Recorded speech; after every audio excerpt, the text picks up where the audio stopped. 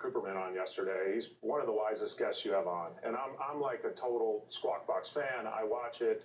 I'm a financial market nerdler. I love free enterprise, and you know what that makes me? That makes me like 3% of Americans. And I listened to Leon Cooperman, and I was nodding my head when he gave the example of his billionaire friend who did smart buybacks and made billions and made his friends billions. And I was nodding my head when he was talking about how the wealth tax is problematic economically. And 97% of Americans are looking at that interview to the extent they saw it.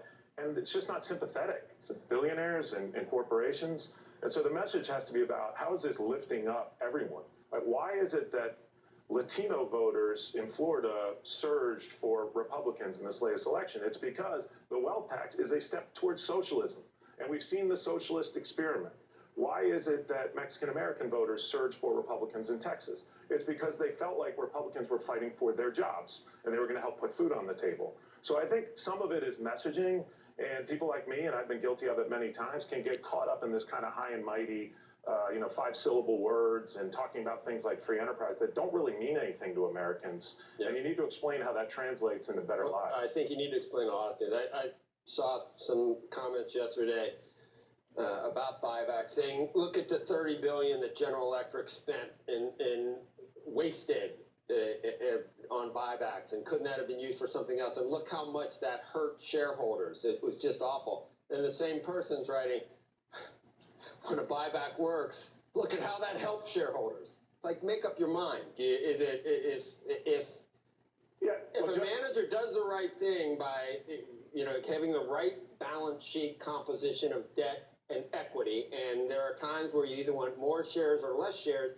and if it eventually puts the company in a better position so that shareholders make more money and pension plans that own it make more money, and anybody, retirement plans of the states make more money, public employees, whatever you want to say.